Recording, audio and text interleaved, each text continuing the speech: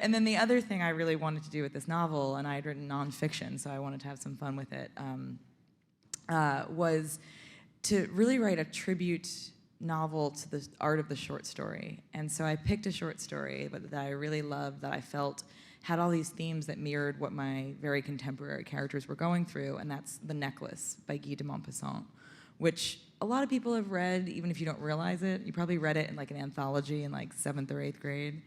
And that is a short story about keeping up appearances, and it's a short story about class and love and striving and going after false goals, which is what all these characters do. And I just realized that it is a comedy, though. Like, that sounds very depressing, but it's a comedy. And you said that short story is misunderstood. I do think it's misunderstood, because what happens is in the short story, and one of the characters becomes obsessed with the short story, but in it, there's a woman who basically really wants to be part of upper crust society, and she loses her way, and she decides to borrow a necklace from her rich neighbor, and then she loses the necklace, and she spends the rest of her life paying it off, you know, buying a replacement necklace, and then at the very end of the story, she runs into the rich woman, and it's years later, and the woman says, "Oh my gosh, you look terrible." And our heroine says, well, you know, and explains what happened with a little bit of pride, you know, saying, well, this is what I did. I begged, borrowed, and stealed and replaced the necklace.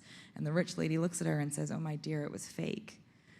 It was never real. See, it's very upsetting. Yeah, it's a very upsetting sad story. And what's weird is that story normally gets interpreted, sorry for the quick run through of that, but it normally gets interpreted as this tragic story for her.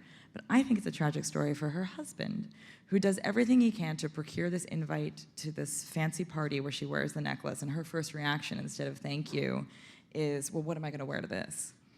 And then she borrows this necklace, she's kind of a brat about it, and then he goes down with her, you know, he also has to work off all these debts and borrow from loan sharks or whatever he has to do.